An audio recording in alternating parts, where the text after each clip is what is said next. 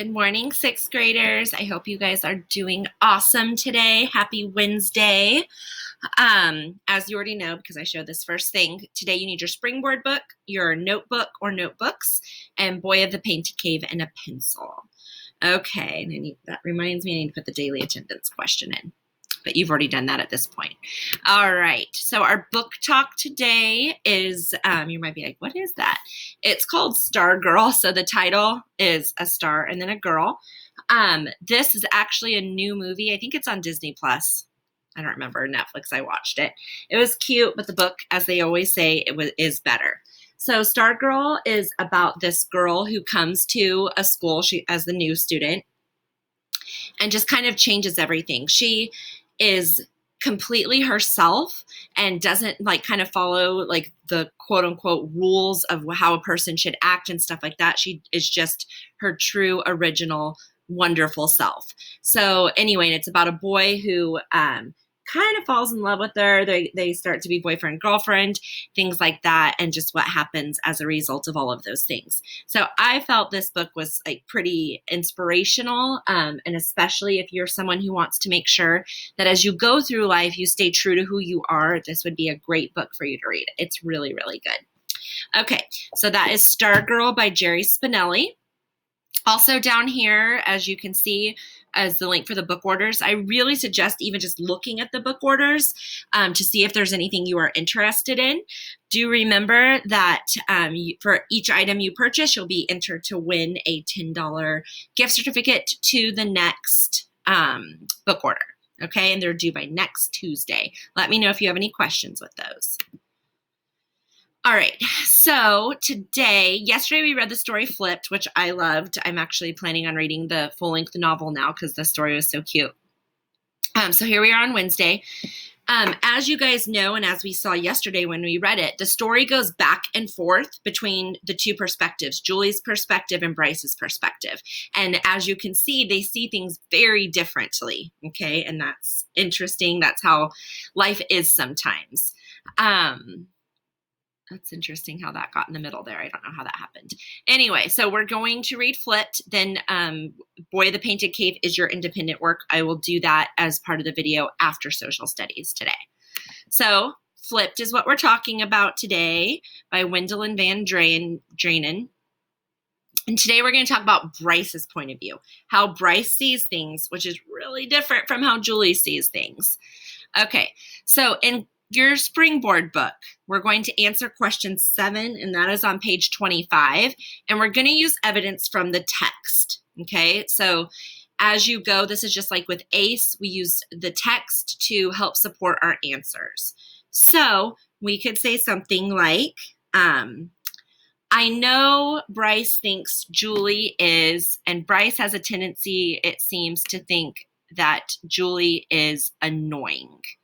Okay, so you're going to type in you're going to write, you could write annoying. And then he says, go ahead and push pause on me really quick while you decide what to find a good quote for annoying. Okay, so push pause on me. Julie is annoying.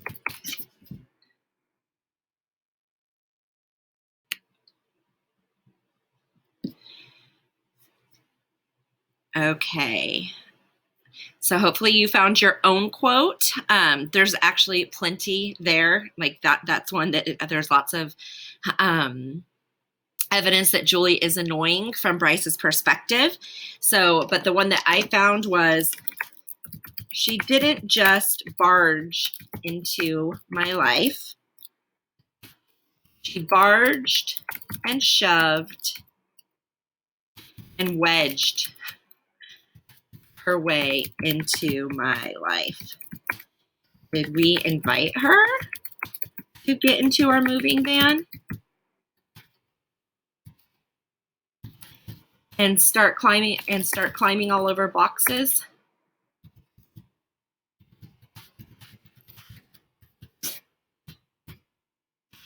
No. But that's exactly what she did taking over and showing off like only Julie Baker can. Okay, so I have to say I have kind of a soft spot for Julie Baker. She reminds me a little bit of myself when I was her age, which, you know, for better, for worse, take it as it is. Okay, so we decided that I know Bryce thinks Julie is annoying because he says, she didn't just barge into my life. She barged and shoved and wedged her way into my life. Did we invite her to get into our moving van and start climbing all over boxes? No, but that's exactly what she did. Taking over and showing off like only Julie Baker can. Okay, so hopefully you guys understand that. And you make sure that you understand how I did that and what the importance of textual evidence is. And if you don't understand that, please ask me in class or email me or something. Let me help you with that because text evidence is super important. It is this year. It will be all throughout school, truthfully. All right, so now we're going to talk about Bryce's point of view. This is still on page 25 of your books. Question number 8 says, use evidence from the text to show the differences in Bryce and Julie's perspective about an incident and how each character responded to it. Okay, so I'm going to choose the incident. Actually, I'm not going to tell you yet. Push pause on me. Find some incident in the text and then put Bryce's put Bryce's version of the incident here. Okay, so what was it that happened? That should be pretty easy. Just pick something. And then Bryce's response to the incident. Put that here. Okay, so push pause on me. And then when you're finished with that, come back and I'm going to show you mine. All right, so hopefully you have pushed pause. I'm going to make this a little bit bigger. That's not what I wanted to do. Okay, so I'm going to write about the time that when they first met, when Julie came into the moving van. So my dad tried to stop her. Hey, he says as she's catapulting herself on board. And I see there that I have a little mistake. My suggestion, and especially like if we get back into school soon and stuff, is when you're writing, you make a little mistake like that, go back and fix them later, but make sure you fix them later. But for now, don't worry about every little mistake because that interrupts your flow of writing. Okay, we don't want to do that. Okay. Even though I just did. What are you doing? You're getting mud everywhere. He has an exclamation point because he means it. So true, too. Her shoes were like caked with the stuff. She didn't top out. So instead, she planted her rear end on the floor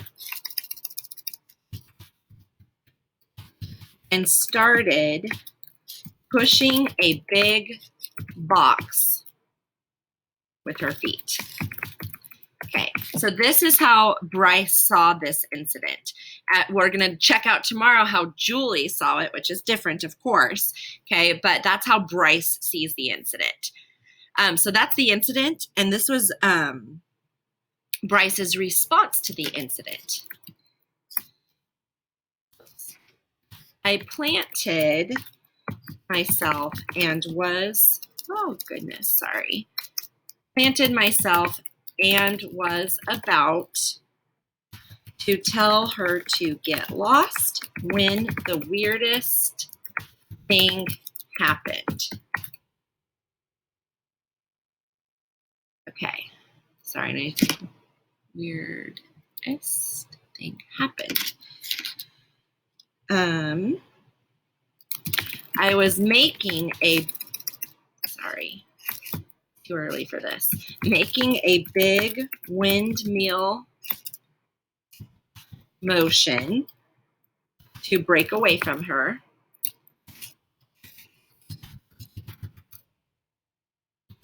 But somehow on the downswing, my hand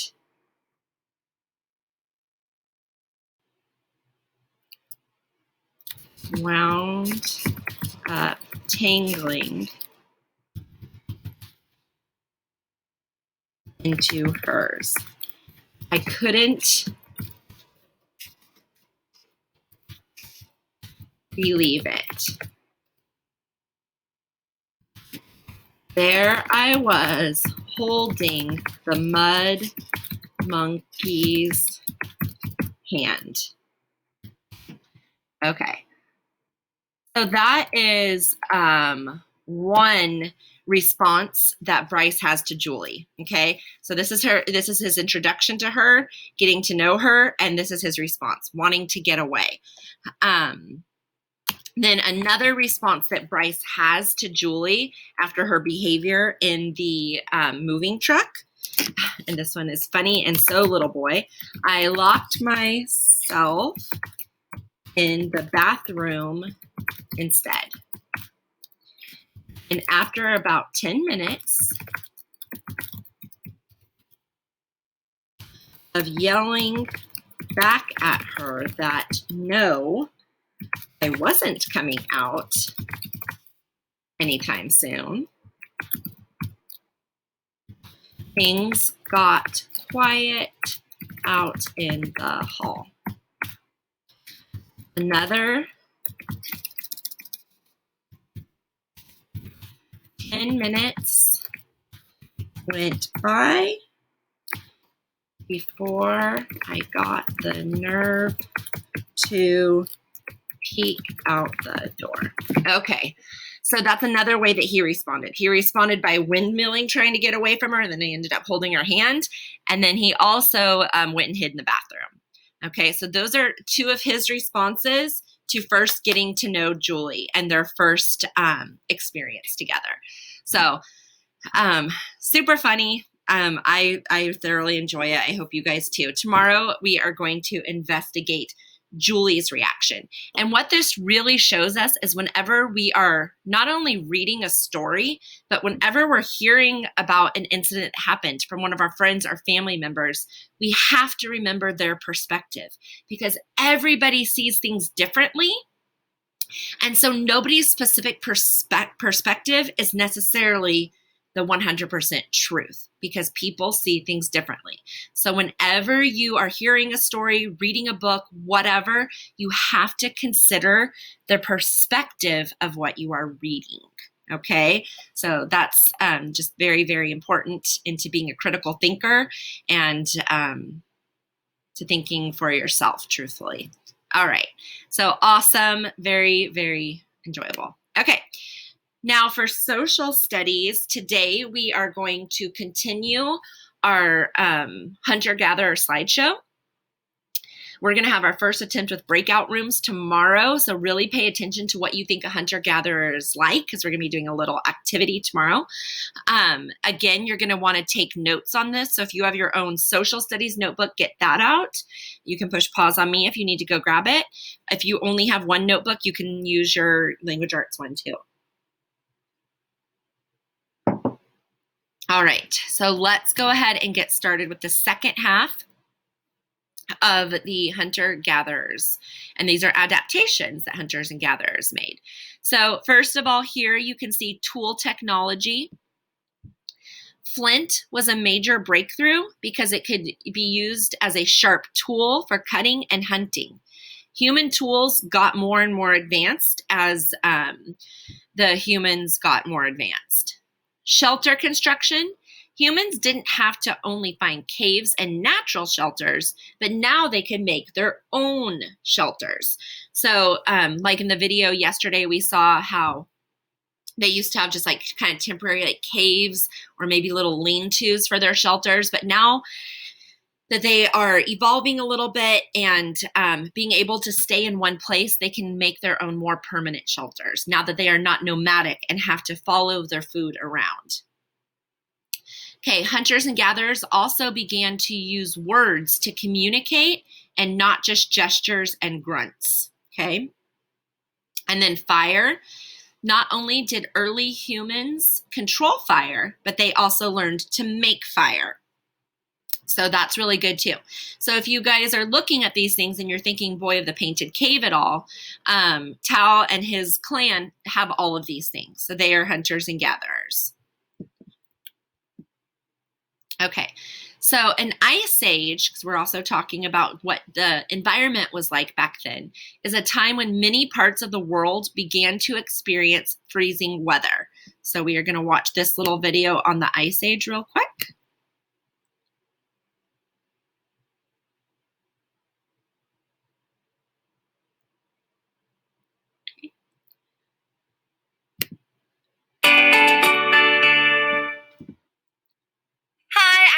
Robinson. In this What Is video, we're going to take a closer look at ice ages. In 1840, Swiss scientist Louis Agassiz noticed glaciers. Huge rivers of ice created by snowfall occurred throughout northern Europe. As glaciers move, they transport rocks and scour the ground beneath them, leaving evidence of their passing. Agassiz theorized glaciers were the remnants of a huge glacial ice field that once covered much of the continent. Geologic evidence of massive glacial activity also occurs in North America.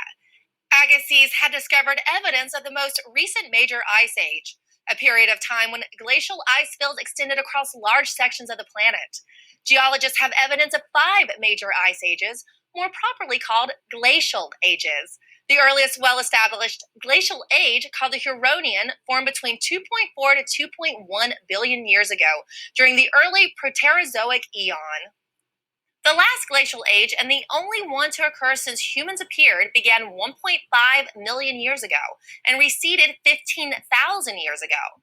During that time, the Laurentide ice field covered all of Canada and extended as far south as Indiana. Glacial ages have enormous effects on the planet's weather patterns, animals, and plant life. Animals that cannot adapt to the colder environments die out. Similarly, animals that adapt to cold environments may not survive the change when glaciers recede. The Milankovitch theory by astronomer Milutin Milankovitch suggests variation in the Earth's orbit account for glacial ages. Instead of orbiting the sun in a constant pattern, the Earth wobbles. Over millions of years, this wobbling affects global temperatures. As glacial ice fields spread, snow and ice reflect sunlight that would otherwise warm the Earth, causing further drops in cold temperatures. Low levels of carbon dioxide in the atmosphere can also contribute to a glacial age. As you can see, Earth's climate goes through drastic changes when looking at it over thousands and millions of years.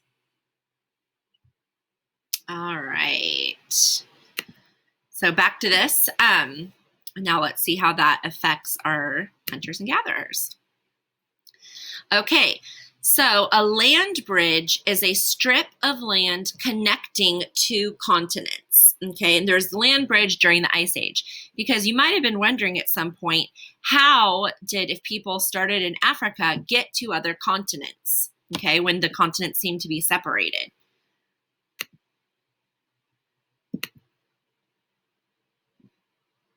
So this is about the land bridge. This is interesting. And this is approximately 20,000 years ago, large areas of the continental shelf were exposed, and sea levels dropped because water was locked up in glacial ice, thus forming the Bering Strait land bridge that connected Asia and Europe to North America. Early humans may have migrated across this land bridge. Humans began to migrate across the bridge about 12,000 years ago, and it is believed that they were following migrating mammals.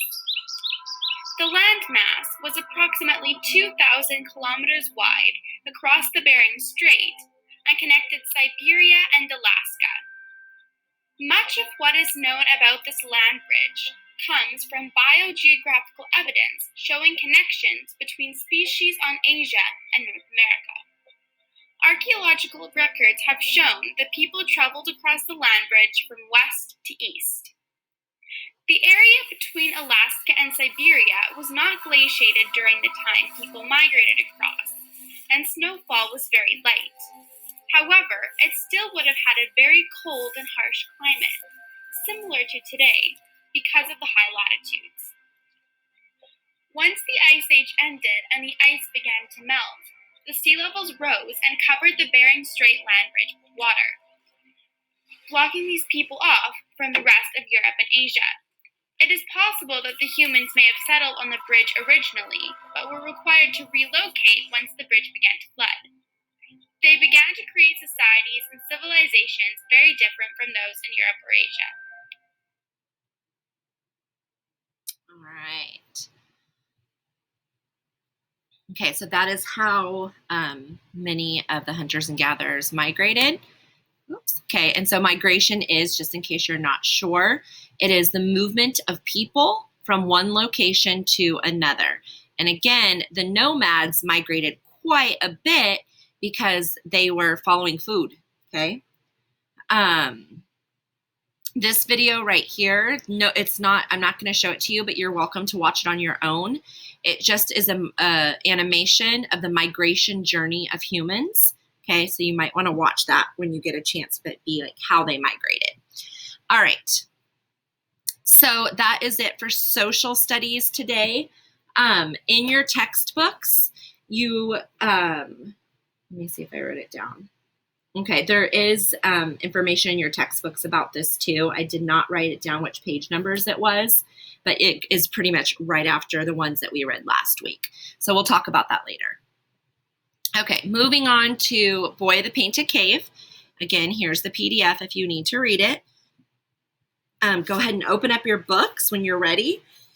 To page 68, we are on chapter 7. Where we last left off, Tao is kind of doing his own thing, living in his cave, and then he has met Graybeard. They just kind of ran into each other in the mountain one day, just both hanging out. And Tao has invited Graybeard to, I think he invited him to dinner. Okay. So I'm going to yawn real quick. And we're going to go ahead and get started. Chapter 7, page 68. They walked slowly, making their way up through the uncoiling ferns and budding buckthorn trees. On the way, Tao asked many questions. Other clans have kept wolf dogs, he said. Why does Volt hate them so much? The old man stopped to catch his breath, coughing slightly. You have seen Volt's face, he asked. You have seen the scars and the look of meanness? Tao frowned. That was done by a wolf dog? Volt thinks so, said Graybeard. He was only a child, but his father said it was so. I do not think a wolf dog would do that, said Tao.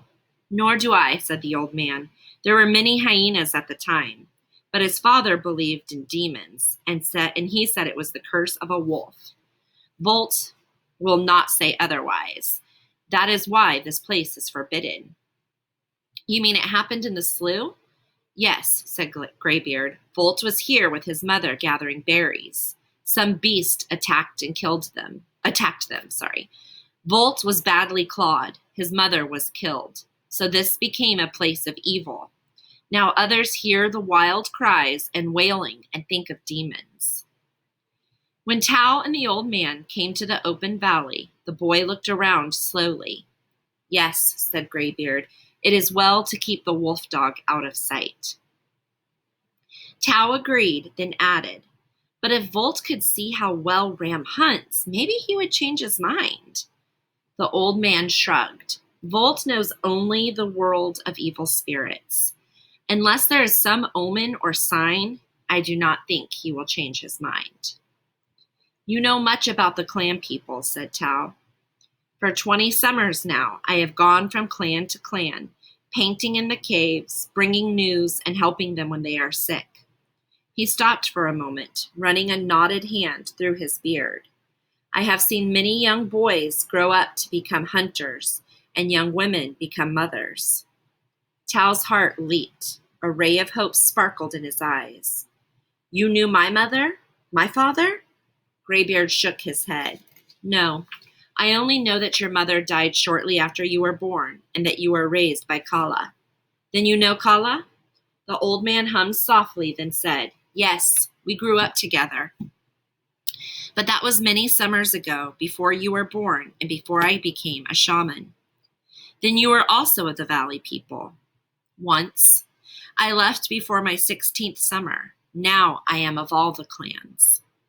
When they reached the foot of the cliffs, they began to climb. They went slowly, for the old man stopped to rest many times. At the entrance to the little cave, the boy stepped aside to let the old one go first. As soon as his eyes became adjusted to the dim light, Graybeard saw the drawings on the wall. He saw the sketches of the wolf dog, the charcoal drawings of a cave bear, the owl, and the salmon. He stood there for a long time, looking from one to another. Then he saw the clay chalk and the charcoal sticks lying on the floor. Tao waited tensely. This man was the master. His words would mean much. He bit his lip and took a deep breath as he waited for the old man to speak. Graybeard turned slowly. You did these? Yes, said Tao, his chest swelling with pride. The old man looked at the drawings once again, measuring them with his eye.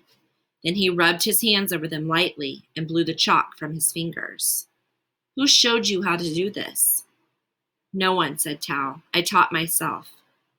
The old man nodded. He studied the pictures again, running his long, bony finger over the lines, following the curves of the drawings, all the while mumbling to himself.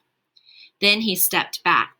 His wrinkled face changed into an angry frown. With both hands, he leaned down and picked up fistfuls of dirt and soot from the cave floor. He rubbed them across the wall, smearing them over the drawings, covering them up. Tao staggered backward in shocked surprise, disappointment and hurt showing on his face. They are not good? He asked. Graybeard was breathing hard, trying to control a fit of coughing. Young fool, he cried, do you not know better than to make images or signs where they might be seen? Tao was numb. He could no longer think. Then they are not good? He asked again. The old man shook his head, his eyes flashing with displeasure. It does not matter, he said. Good or bad, you are not a chosen one. They could kill you for this. Tao's fists were clenched tight at his sides. Tears filled his eyes, and he spoke in a choked voice. I do not care, he said. It is only that I would like to be an image maker. I have thought about it for a long time. Even when I sleep, I dream of it. I wish to be a cave painter, as you are. The old man looked down at him, anger still flashing in his eyes. It is taboo, he said harshly. Whether you believe in it or not makes no difference. It is taboo. It is the law of the clans, and you must live by it. Da-da-da-da. Okay, tomorrow we will read chapter 8. So now what you're going to do, or at your earliest convenience, you're going to head on over to Otis. You're going to answer the chapter 7 questions. And then that'll be it for the day. Just make sure you do your independent reading as the day goes on. And remember, too, that to email me if there are any books that you would like to check out from our classroom library. Have a beautiful day. I will see you guys tomorrow. Thank you.